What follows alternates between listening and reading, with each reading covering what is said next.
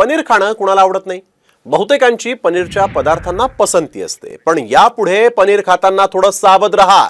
आम्ही असं का म्हणतोय त्यासाठी पाहूयात हा एक रिपोर्ट. पनीर खाताय, सावध व्हा.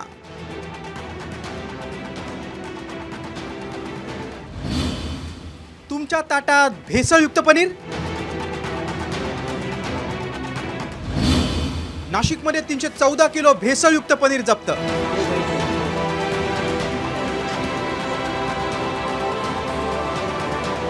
अन्नातील भेसळ हा सध्या सर्वाधिक चिंतेची बाब बनली आहे. नकली सॉस, नूडल्स, तूप बनवणारे कारखाने उघड होत असतानाच आता भेसळयुक्त पनीरचा मुद्दा ऐरणीवर आलाय. पनीर सध्या आबालवृद्धांच्या आवडीचा पदार्थ आहे. पनीरचा समावेश असलेल्या पदार्थांना सगळीकडे पसंती असते. मात्र आम्ही जी बातमी दाखवतोय ती पाहून तुम्हाला धक्का बसेल. ही दृश्य बारकाईने बघा. तुम्ही नेहमी खात असलेल्या पनीर सारखंच हे पनीर आहे असं तुम्हाला वाटेल, मात्र नाही, हे भेसळयुक्त पनीर आहे.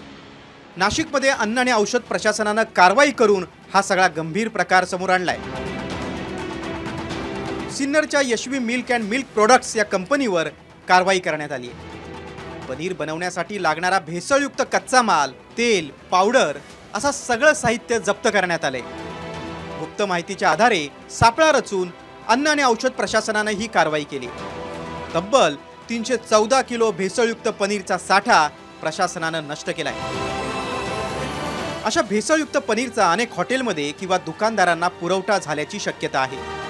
नागरिकांच्या आरोग्याशी खेळण्याचा हा गंभीर प्रकार आहे. प्रशासन संबंधितांवर कडक कारवाई करून असे प्रकार रोखणार का? आणि भेसळ रोखण्यासाठी असलेल्या कायद्याची कडक अंमलबजावणी होणार का? हाच खरा प्रश्न आहे. महाराष्ट्रातील सर्व बातम्यांचे विश्वासार्ह व्यासपीठ. सकाळच्या सर्व सोशल मीडिया प्लॅटफॉर्मला लाईक, फॉलो आणि सबस्क्राईब करा. तसंच सर्व नोटिफिकेशनसाठी बेल आयकॉन प्रेस करायला विसरू नका.